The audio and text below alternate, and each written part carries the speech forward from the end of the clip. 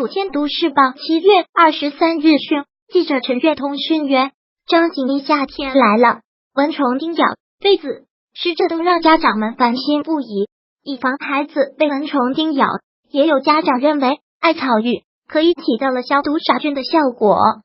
对预防痱子、毛炎、湿疹有奇效。昨日，记者从武汉儿童皮肤科了解到，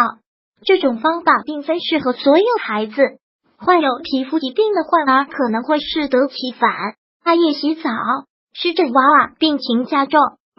将案区香港路的轩轩，化名刚满5个月，满月后不久就开始饱受湿疹的折磨，晚上总是被痒醒，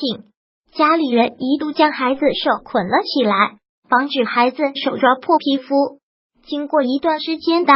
轩轩身上的湿疹有了明显的改善，大部分恢复成宝宝皮肤该有的滑嫩嫩的状态了，只剩头上的湿疹。外出遛娃的时候，听邻居说用艾叶煮水给孩子洗澡，有杀菌消毒的作用，不仅可以驱蚊，还对湿疹有奇效。得知这一良方，奶奶趁着家里没人，一回家便煮了一大锅艾叶水给轩轩洗澡。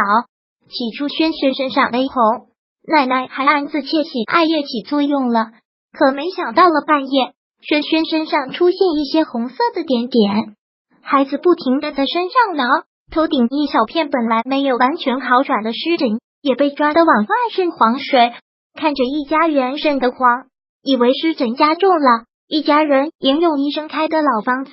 在家折腾了一晚不见好转。第二天一早急急忙忙赶往武汉儿童接受，经过对症，孩子的情况得到了明显改善，坏处也渐渐退了红，也不再像之前一样瘙痒了。轩轩也终于不吵不闹，呼呼睡着了。艾叶水擦身并不包治百病，接诊的武汉儿童皮肤科傅桂丽主任介绍道，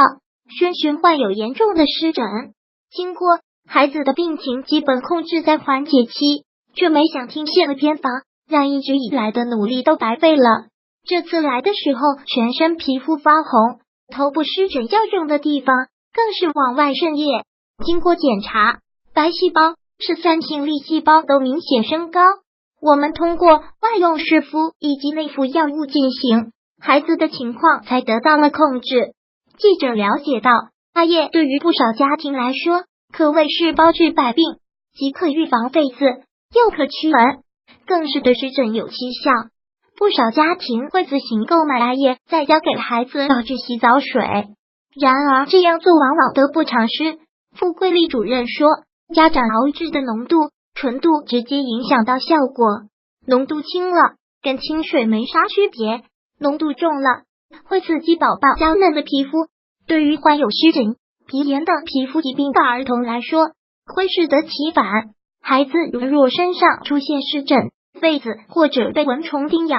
家长应该选择科学有效的办法对孩子进行，不要盲目轻信老方子，这样对孩子来说才最安全。如果喜欢本视频，请分享并订阅本频道，别忘了按赞哦。